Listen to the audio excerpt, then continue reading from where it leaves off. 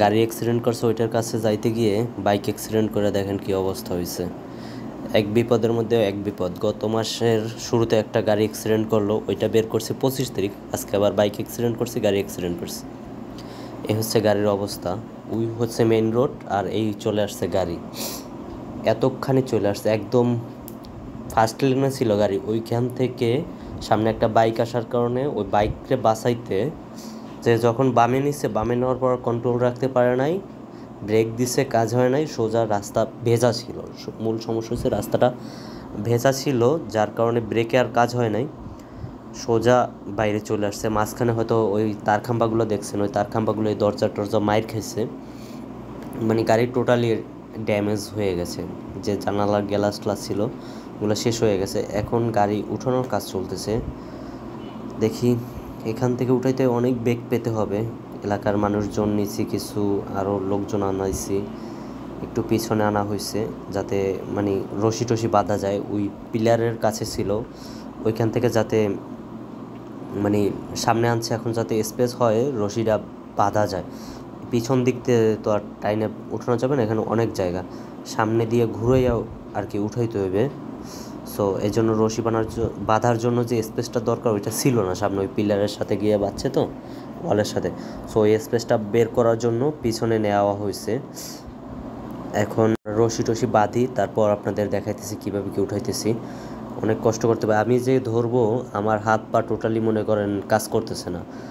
এখন এখান থেকে আবার 40 কিলো বাইক চালিয়ে আমার বাসায় যেতে হবে। আমার আশেপাশে আমার প্রায় 7-8 জন মানুষ আসছে, আর একটা গাড়ি নিয়ে আসছে, যেটা ওই গাড়িতে যারা আসছে তারা কেউই বাইক চালাইতে পারে না। সো বাইকটা আমাকেই আবার রাইড করে যাইতে হবে। হচ্ছে রশি বাঁধার কাজ চলতেছে, সবাই এখানে রশি বাঁধবে, কীভাবে কি বাঁধবে ওইগুলা পরিকল্পনা চলতেছে। যে গ্যাপটা দিয়ে গাড়ি বের করব, এখন বের করতে হলে এইখানে দুটো, একটা বাঁশ আর একটা গাছ দিয়ে, একটা গাছ এই যে কি জানো চিচিঙ্গা গাছ না তেন কি একটা গাছ, দুন্দুল গাছ লাগাই রাখছে, মানে মাচা পাইতা লাগাই রাখছে। এখন গাড়ি উঠে তুলে এগুলো খুলতে হবে, এই জন্য এটা খুলতেছি, আমার আঙ্কেল খুলতেছে। আমি মানে কষ্ট লাগতেছে, আঙ্কেল আসছে, আঙ্কেলের বাসা এখানেই, ওনার হচ্ছে সেনাবাহিনী। সো ওনার বাসা হচ্ছে রাজেন্দ্রপুর ক্যান্টনমেন্টে। উনারে ফোন দিছে, আমি আসার আগে উনি চলে আসছে। আমি তখন কোথায়, আমি তখন মনে হয় সোনারগাঁওতে ছিলাম, তখন ফোন দিছি আঙ্কেল, আঙ্কেল চলে আসছে। আমি এসে আঙ্কেলটা এখানে পাইছি, আঙ্কেল কাজ করতেছে, আর আমি দাঁড়াই দাঁড়িয়ে ভিডিও করতেছি। খুবই খারাপ লাগতেছে, বাট হাত পায়ে ব্যথা না থাকলে হয়তো আমি ভিডিও করতাম না, এখন কাজই করতাম। সো হাত পাও ব্যথা থাকার কারণে আর কাজ তো করতে পারতেছি না, এই জন্য ভিডিও করতেছি। কী করার আছে, এই যে বাসটা উঠে ফেলাইছে, আর একটা লাঠি আছে, ওই লাঠিটা উঠাইতে হবে, ওগুলো পরে উঠাইতেছি। এখন আবার আমরা গাড়ির কাছে আসছি, গাড়ির কাছে আসলে গাড়িটা টাইনে তো উঠাইতে হবে, সো এই জন্য আসছি। এই তো আলহামদুলিল্লাহ গাড়ি যাইতেছে মোটামুটি। এই রে নিচের মাটিটা খুবই নরম, এখানে কি যেন চাষ করার জন্য গরুর এই যে গোবর টোবর আছে ওইগুলো দিয়ে রাখছে। আরে কাদা ছিটতেছে শুধু।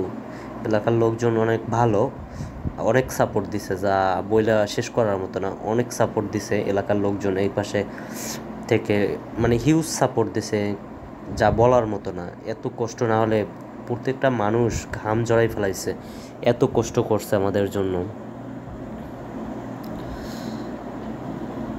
এখন হচ্ছে এখানে এসে বাইজা পড়ছে,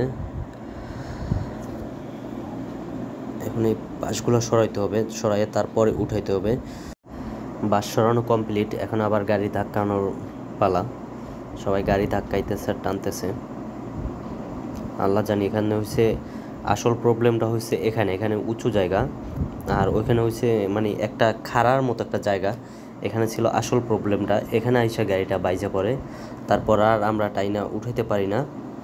এরপরে একটা কাভার ভ্যান আই না, তারপরে গাড়িটা উঠাইতে হয়েছে। এখানে এসে বাইজা পড়ছে, আসলে গাড়ি থেকে ইঞ্জিন থেকে ধোঁয়া বাইরেতেছিল, সবাই বলতেছিল আসলে এখান থেকে মাটি কাটছি, মাটি কাইটা টাইটা মানে গাড়ির নিচে বাঁশ দিয়ে এলাকার মানুষ হিউজ কষ্ট করছে, যা বলার মতো না। অনেক কষ্ট করছে, টানাটানি করে মানে মানে সবাই ঘাম ঝরাইছে, টোটালি হিউজ ঘাম ঝরাইছে। একজনের জন্য যে মানুষ এত কষ্ট করে, এটা আসলে এই সব সিচুয়েশনে না থাকলে বোঝা যায় না যে একটা মানুষ কত কষ্ট করে। এখন সবাই গাড়ি ধাক্কাইতেছে, আর আমি কীভাবে অ্যাক্সিডেন্ট হইলাম সেটা বলতেছি। আমি আসতেছি। সো এটা হচ্ছে সালতানা যেন কি একটা স্ট্যান্ডের নাম। ওই স্ট্যান্ডের উপর একটা ফুটওভার ব্রিজ। সো ফুটওভার ব্রিজের সাথে লেখা আছে রাজেন্দ্রপুর 16, আরও কী কী জানি, ময়মনসিংহ কত জানি, এগুলো লেখা। সো আমি ওইটা পড়তেছি, আর 16 লেখা, কিলোমিটার লেখা নাই। এটা কিন্তু একটা ভুল করছে ওনারা, শুধু 16 লেখা রাখছে, কিলোমিটার লেখা নাই। তো আমি ওইটা হিসাব মিলাইতেছি, মনে হয় 16 কিলোমিটার এরকম কিছু একটা হবে। তো আমি ওইটা দেখা জাস্ট সামনে তাকাইছি, তাকাইয়া মনে হয় আমার থেকে 10 হাতের মতো হবে একটা অটো। আগেই দেখছি আমি 2 লেন ওরা অটো দিয়া ভইরা রাখছে, একটা ন্যাশনাল হাইওয়ে, সেই হাইওয়েতে 2 লেন অটো দিয়ে ভইরা রাখছে টোটালি।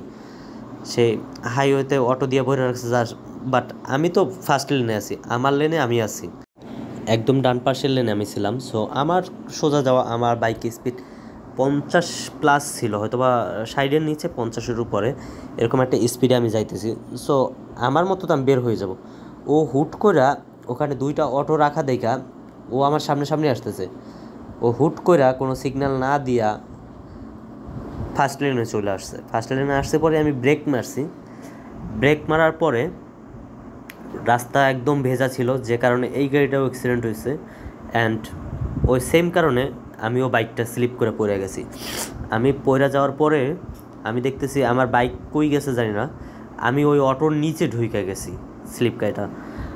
পরে হয়তো হেলমেট না থাকলে আমার মাথায়ও প্রচণ্ড বাড়ি লাগতে, আঘাত লাগতো।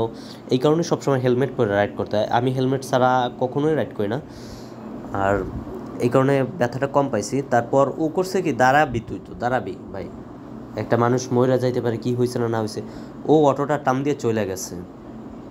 তারপর আমি বসলাম, বৈশা একটু মনে হয় 1 মিনিটের মতো বসছি, বৈশা এদিকে ফোন দিছি, ওরে ফোন দিয়ে বললাম যে এই জায়গায় আমি আছি, তুই আসো কত দূর। ও বললো এই জায়গায় আছি আমি গাড়ি নিয়ে। পরে আমি জিজ্ঞাসা করলাম ওই জায়গায় যে লোকজন ছিল, যারা আমার ধরে একটা রুট হয়েছে, বাইক টেক উঠেছে, ওনাদের কাছে জিজ্ঞাসা করলাম যে ভাই এটা কত দূর। বললো এই জায়গা থেকে 3-4 কিলোমিটার দূরে, আপনি চালাই যাইতে পারবেন না কি, বাইকে এই জায়গায় রেখে যাবেন, গাড়িতে করে দিয়ে আসবো।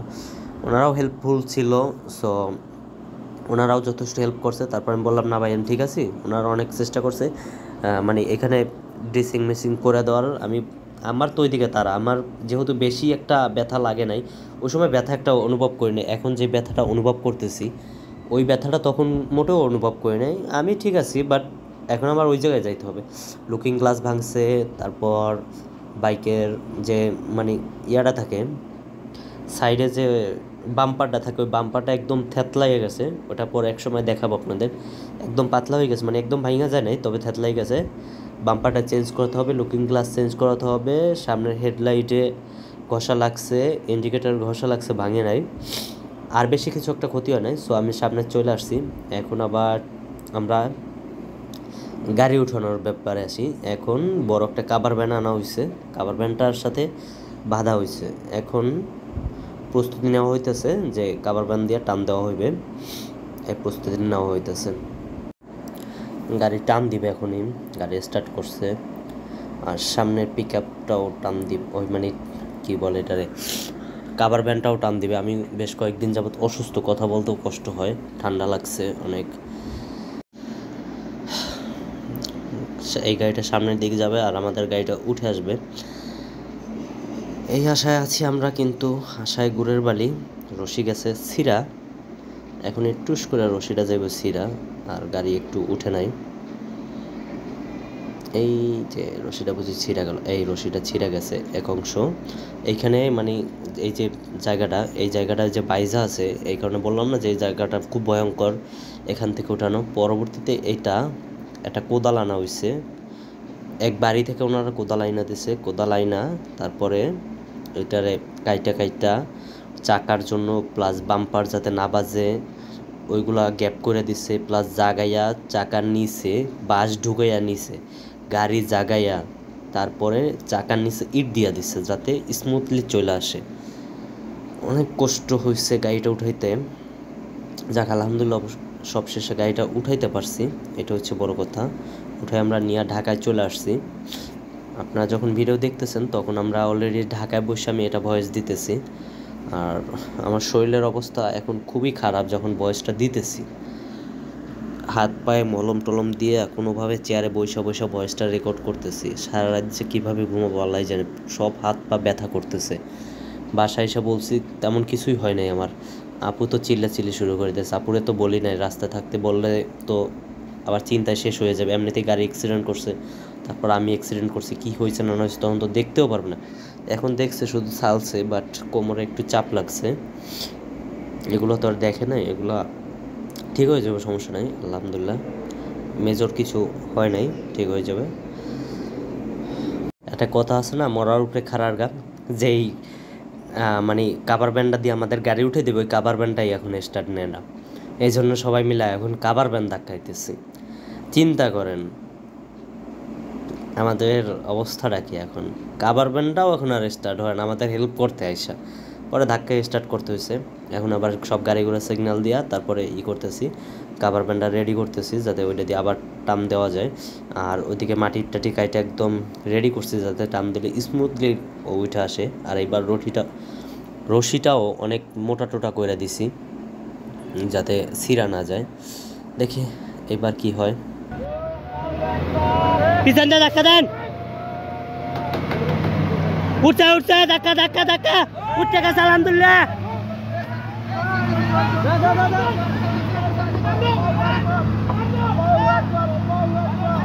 আলহামদুলিল্লাহ উঠে গেছে, উঠে গেছে।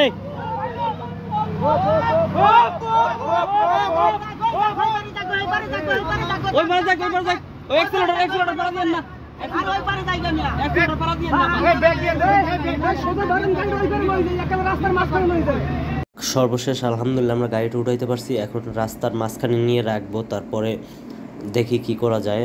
ঢাকায় কীভাবে কি নেওয়া যাইবে, গাড়ি চালাই যাওয়া যাইবে নাকি। যখন গাড়িটা উপরের দিকে উঠছে, যে ধোঁয়াটা বের হয়েছে, আমি তো দেখে ভয় পাইছি পুরাই। যে আমি তো আর এরকম দেখি নাই কখনো যে এইভাবে গাড়ি থেকে ধোঁয়া বের হয়। গাড়িটা ইঞ্জিন এত পরিমাণে হিট হয়ে গেছে, আর এই চাকাটা কিন্তু ফাইটে গেছে, ডান পাশের চাকাটা, যে কারণে আমাদের উঠাইতে এত কষ্ট হয়েছে এই চাকা ফাইটা যাওয়ার কারণে। রশি টশি সব গোছানো হইতেছে। যাক আলহামদুলিল্লাহ আমরা গাড়ি শেষমেশ উঠাইতে পারছি, এইটাই সর্বশেষ। অ্যান্ড গাড়িটা চাকা চেঞ্জ করে চালাইয়া ঢাকায় নিয়ে আসতে পারছি। অ্যান্ড আপনারা যারা হেল্প করছেন সবাইকে থ্যাংক ইউ। আপনাদের জন্য অনেক অনেক দোয়া রইল, ভালোবাসা রইল। আপনারা যে ভালোবাসাটা দেখাইছেন আমাদের। আর এই দেখেন গাড়ির অবস্থা কী হয়েছে, কাদা কুদায় ওয়াশ করতে হবে, সেই একটা ওয়াশ দিতে হবে গাড়িটা। বর্নার্ডের যে ইয়াটা ছিল ওইটাও ভেঙে গেছে মেবি, যে কারণে ওই পাশে রাখছে। যাক একটু ইঞ্জিনটা ঠান্ডা হোক, তারপর দেখি কি করা যায়। রশি টশি খুইলা এটা চারপাশ যদি দেখায়, সামনের হেডলাইট ভেঙে গেছে, সামনের কিট ভেঙে গেছে, অ্যান্ড সামনের যে বডি আছে বডি ভেঙে গেছে। এখানে একটা ট্যাপ লাগছে, এইখানে বডিতে ট্যাপ লাগছে, তারপরে হচ্ছে দরজার মাঝখানে ট্যাপ লাগছে, এইখানে যে ইয়াটা থাকে একটা বাস থাকে ওইগুলোয় ট্যাপ লাগছে। এটা কোন পাশে বাড়ি খেয়েছে জানি না। এই হাতল টাতল সব ভাঙে গেছে। এখানে হচ্ছে অয়েলের যে দরজাটা ফাইটে গেছে, দরজাটা মেবি চেঞ্জ করানো লাগবে নাকি করা লাগবে দেখা যাবে পরবর্তীতে কাজ করাইতে নিয়ে। অ্যান্ড এই চাকাটা ঠিক আছে, যদিও হাওয়া একটু প্রেশার কম আছে। এই ব্যাকলেটটা ভেঙে গেছে, অ্যান্ড এখানে বড় সড়ো একটা ট্যাপ খাইছে। এখান থেকে এখন ওই স্পেয়ার চাকা বের করা হইতেছে, জকটক বের করা হইতেছে। অ্যান্ড পিছনে আর বেশি একটা কিছু হয় নাই। এই পাশের ব্যাকলেটটা ভালো আছে না ভাঙছে, এটাও একটু ভাঙছে ওই পাশ দিয়া।